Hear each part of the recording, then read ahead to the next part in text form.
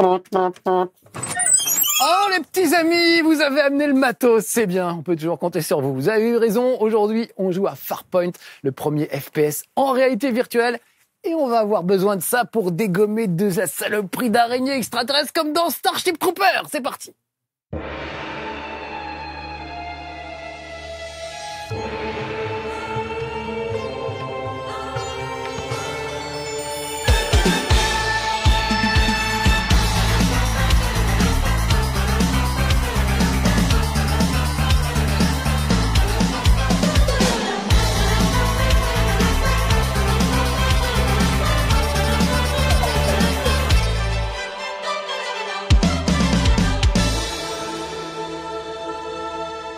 Voilà l'outil que je vais utiliser pour ce chez Marcus en réalité virtuelle, le PlayStation M Controller VR. J'ai pu lui donner un nom assez imprononçable. On va l'appeler le gros flingue en VR de la PlayStation, ça ira très bien. Regardez, un truc en plastique assez moche, on a des tuyaux et tout, mais il est assez agréable, il est assez lourd à porter. La sensation est pas mal, on a l'impression d'avoir un vrai flingue. Et surtout, regardez, quand on le met, bah voilà, devant le casque, eh ben on voit un vrai flingue. On a l'impression d'avoir un vrai flingue dans les mains. C'est assez troublant. Bon allez. Trêve de blabla, j'enfile le casque, je vous abandonne mes petits amis, on est parti pour Farpoint, le premier FPS en VR, franchement une réussite, enfin moi je trouve ça génial, regardez ça, oh, putain c'est dingue, je vois le flingue dans mes mains, regardez en transparence on aperçoit l'ustensile mais on l'oublie très vite. Quand on est dans le jeu, regardez à l'avant là, j'ai un petit stick qui me permet de me déplacer, tout simplement. Je peux me déplacer, si je pousse vers l'avant, je vais aller vers l'endroit où je regarde. Vous voyez, tout simplement, voilà.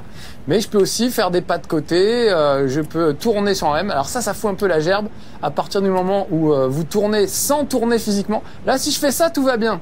Parce que je tourne en même temps physiquement. Mais dès que mon corps est désynchronisé de ce que mon regard, de ce que mon cerveau perçoit, là ça va plus du tout. Alors d'ailleurs, je sais même plus où est la caméra. Attendez, vous êtes par là. Voilà, vous êtes par là. Vous voyez, j'ai une petite astuce pour recalibrer, ça me permet de savoir où vous êtes. Oh, je voulais pas sortir à ce point-là.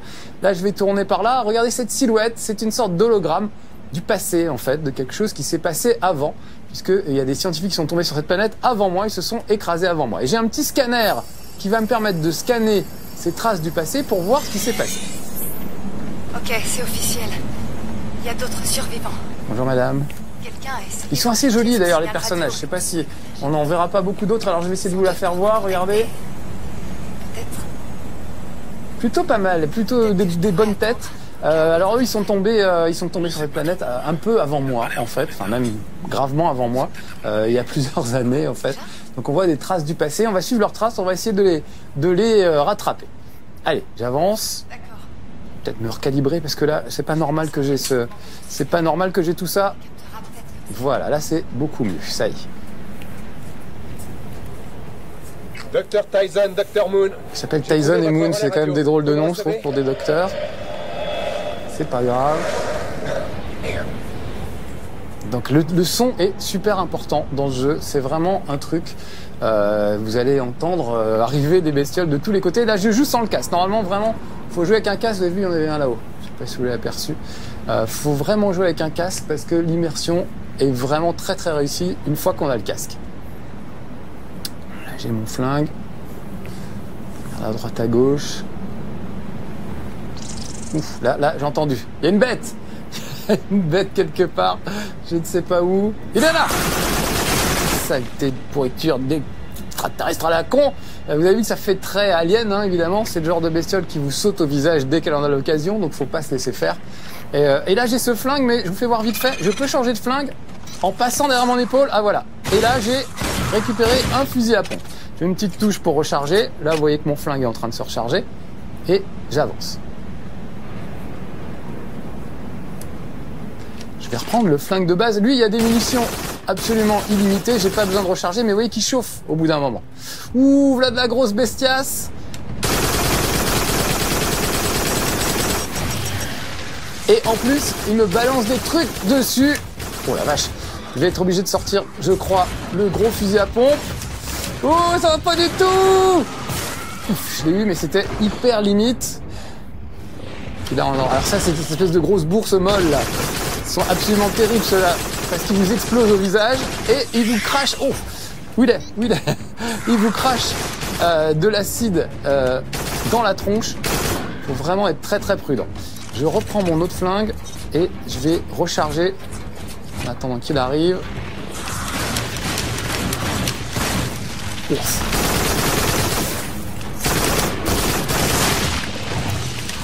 Oh là là là là là là.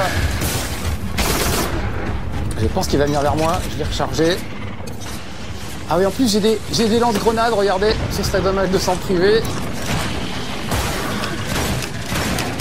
Yes. Voilà, c'est bon, ça c'est fait. Vous avez vu que je tire carrément en l'air. C'est assez génial parce que on est habitué au FPS évidemment où tout se joue à la manette. Là, vraiment, c'est moi qui décide où je regarde, où je tire. J'ai vraiment l'impression d'avoir un flingue dans les mains en plus. Enfin, visuellement, c'est impressionnant. Ça y est, je vais tous exploser. Pouvoir aller un petit peu plus loin. Donc vous voyez, je peux changer, avec une touche, je peux changer de flingue. Mais je trouve que c'est plus rigolo de changer de flingue comme ça. Ah, il y a une bête. Oh, la vache. Encore deux autres là. Et un là. Voilà, je tire par petite rafale pour éviter que le flingue ne surchauffe.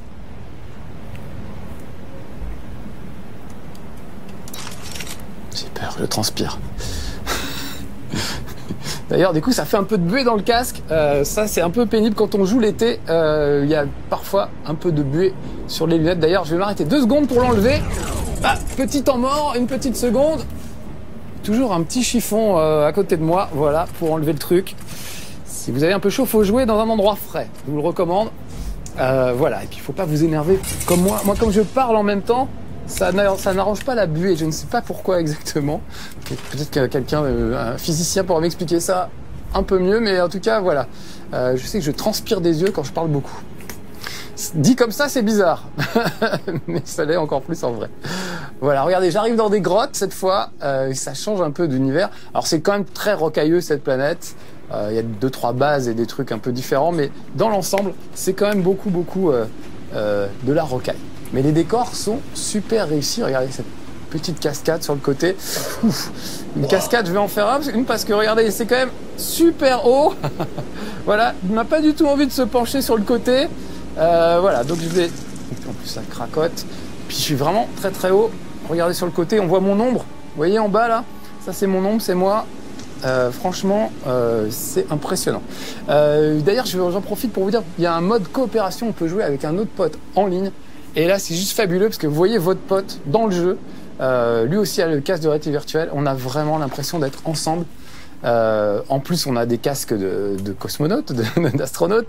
Et étant donné qu'on a le casque de réalité virtuelle sur la tête, on a vraiment l'impression d'être dans un scaphandre. Donc ça fonctionne, je trouve, super bien. Après, je ne recommande pas trop de faire des tournées comme ça, par exemple. Je le recommande pas trop. Essayez autant que possible d'avancer droit devant, ou alors de faire des pas sur les côtés. Si vraiment vous devez tourner, pensez à tourner votre corps en même temps que le personnage. Et là, ça se passe bien. Mais si vous voulez jouer ça à la Call of, en courant dans tous les sens et en faisant des allers-retours, ça risque d'être difficile. Qu'est-ce que c'est? Une nouvelle merde? Ah oui. Alors lui, en plus, il a du crachat qui n'est pas très agréable. Voilà, je l'ai eu. Passé sur le côté. Alors je le fais plus, mais un truc qui m'aidait au début, c'était de marcher. Quand le personnage marche, je marche dessus. Et vous voyez, je sais pas pourquoi, mais... Ah si, je sais pourquoi. Mon corps est en adéquation avec ce qui se passe dans l'écran, donc forcément, ça se passe beaucoup mieux et on a encore plus l'impression d'y être. Donc allez, juste pour faire le spectacle, je vais continuer à marcher.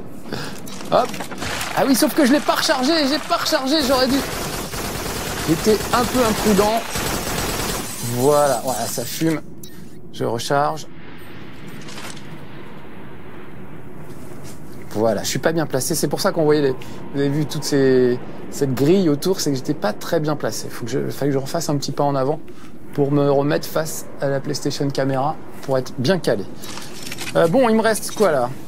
Là, je recharge. Vous voyez comme c'est beau en plus. Regardez ça, des lumières et tout. Je trouve ça assez étonnant. Et il me reste une petite grenade, ce qui est pas grand chose, vu ce qui m'attend sans doute de l'autre côté de ce tunnel. Voilà, donc franchement, je trouve que pour une première, c'est très très réussi. C'est un FPS très basique, hein. S'il n'y avait pas la VR, franchement, il n'y a pas grand intérêt. C'est un FPS très moyen. Mais alors là, la sensation d'immersion est incroyable. Et franchement, rien que pour ça, ça vaut le coup de lâcher un peu de sous. Alors un peu de sous, c'est combien? Combien Maryse pour ce très beau joujou de réalité virtuelle qui me donne l'impression d'être dans Starship Trooper? Eh ben 90 € les amis. 90 €, ça comprend le jeu plus le PlayStation. Enfin en tout cas c'est le prix du fusil, du petit flingue. Ah, meurs. Voilà. J'ai intérêt à me mettre à l'abri le temps. C'est comme dans les FPS modernes. Hein. Dès que je me mets à l'abri, je récupère. Mais là, vous voyez que ma vision est un peu troublée. Ça veut dire... Ah voilà, ça va mieux. Donc 90 €, c'est le prix du flingue. Mais le flingue est livré avec le jeu. Et le flingue pourra vous servir pour d'autres choses, en fait. Voilà. Donc si vous voulez le jeu tout seul, je pense que c'est dans les 40 €. Mais franchement, ça n'a pas grand intérêt sans le flingue. Et le petit pack flingue plus jeu, 90 €. C'est cher, mais bon, tout ce qui est vert, c'est très cher. Si on ajoute à ça le prix du casque et tout, ça commence à faire beaucoup. Mais franchement, voilà, moi ça me... Je vais pas dire ça me redonne foi en la VR, parce que j'y ai toujours cru, mais ça montre que c'est possible et qu'on peut quand même faire des jeux de fou. Même un FPS basique comme celui-là a son charme. Il y a un autre truc qu'on oublie trop souvent quand on n'est pas en VR, c'est que on n'a plus tellement de notion d'échelle, en fait. Là, vraiment, j'ai l'impression d'être en extérieur. Je suis pas dans ma petite maison chez Marcus. Regardez, je suis au milieu d'un canyon. Je suis obligé de lever la tête pour voir le haut du canyon. Et vraiment, j'ai la sensation physique d'être dans des environnements très grands. Alors que ma gaming room, bon, elle est sympa. Elle fait 25 mètres carrés, je crois. Mais voilà, c'est petit. C'est pas le Grand Canyon non plus, quoi. Donc je trouve vraiment cette sensation est incroyable. On a l'impression d'être en vacances dans le Grand Canyon, de se promener un petit peu. Ah voilà, alors là c'est les grands espaces carrément. Ça pourrait être un parc naturel américain. Une réserve naturelle. Et encore une fois, il faut bien tendre l'oreille. Regardez ça. Ouh, ça me fait flipper. Il faut bien tendre l'oreille pour savoir ce qui se passe. Et de préférence vraiment jouer au casque. Là j'entends des trucs. Ah voilà une nouvelle scène avec mon ami scientifique. Donc je vais la scanner à nouveau. Et on va voir ce que eux ont vécu quand ils sont passés par là, avant moi. Dis donc, c'est haut. Ça va, tout va bien? Ouais, je vais juste... Je vais me coller contre la paroi, essayer de rester en vie. Vous voyez, elle est obligée de se plaquer contre la paroi pour passer. Je vais devoir faire la même chose, je crois que je ne vais pas faire le piège. J'ai aucune intention d'aller vite. C'est vraiment un truc, faut pas avoir le vertige. Bonjour madame. Oh la vache. C'est vraiment impressionnant. Vraiment impressionnant, regardez ça. Vraiment l'impression d'être à flanc de montagne. Alors je peux courir aussi, si j'appuie un peu plus sur le stick, ça me permet de courir. Ah, tu crois que je t'ai pas vu toi? Voilà. Oh là là, c'est fou, c'est complètement fou. Puis alors, regardez la texture des rochers. Ça va, si je m'approche trop, j'ai la tête dedans, mais voilà. Les textures sont quand même assez impressionnantes, même le flingue lui-même est impressionnant. Ils ont vraiment réussi quelque chose de super. Vraiment, on a toujours rêvé de faire ça. Enfin voilà, moi depuis que je joue aux jeux vidéo, j'ai toujours rêvé d'être intégré à un jeu, d'être totalement en immersion dans le jeu. Et je trouve que grâce à la VR, on y arrive enfin. Oh, voilà, ça arrive de tous les côtés. Je pourrais me retourner aussi pour tirer derrière, etc. Le problème de la PlayStation Camera, c'est que quand vous retournez comme ça, voilà, là elle vous perd, parce que vous voyez, elle ne voit plus le flingue. La caméra est juste devant. Ah tiens, qu'est-ce que tu fais là toi? Ah mais j'ai quand même réussi. Tendance à vous perdre puisque votre corps cache la manette ou le flingue à la caméra. Donc ça c'est le seul petit défaut. C'est pas le cas avec des trucs comme le HTC Vive où vraiment vous êtes complètement entouré et ça capte absolument tous vos mouvements. L'autre petit défaut dans Farpoint, je trouve, c'est qu'on ne peut pas s'accroupir. On peut le faire un peu, mais dès qu'on est en bas, vous voyez, ça sort, on sort de l'image.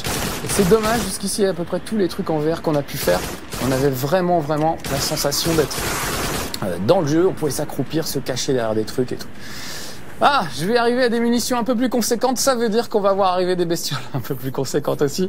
On va terminer là-dessus. Voilà, je récupère des grenades, je récupère... Ah oui, je vous ai pas fait voir encore, mais j'ai des petits missiles guidés qui sont très sympas. Ils ont trouvé des armes sympas.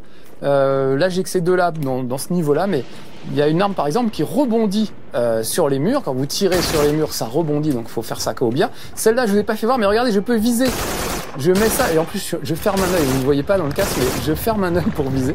C'est assez incroyable. Il y a un autre flingue qui a un bouclier aussi qui permet d'éviter les tirs. Enfin, vraiment, ils ont un petit arsenal bien sympa.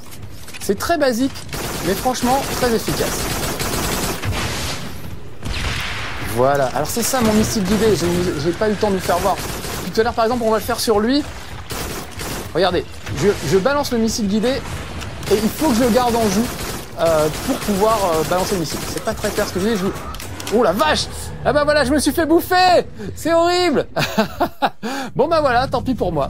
On va s'arrêter là, les petits amis. C'était Marcus qui jouait à Farpoint, le premier FPS en réalité virtuelle. Franchement, très impressionnant, très réussi, un peu cher.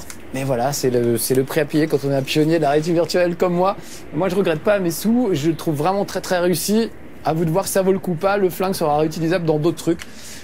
Donc voilà, à vous de voir. Si vous avez les moyens, franchement, ça vaut le coup. Si vous n'avez pas trop les moyens, attendez un peu que les prix baissent. J'espère que la réalité virtuelle va prendre son envol. On attend vraiment l'E3 cette année pour savoir si des éditeurs sont motivés à continuer avec la VR ou pas. Et voilà, on saura ça, j'espère, dès la rentrée. Et en tout cas, moi, j'espère que ça continue avec des jeux comme celui-là qui me fait bien plaisir. À bientôt, mes petits amis. Soyez sages. Ciao.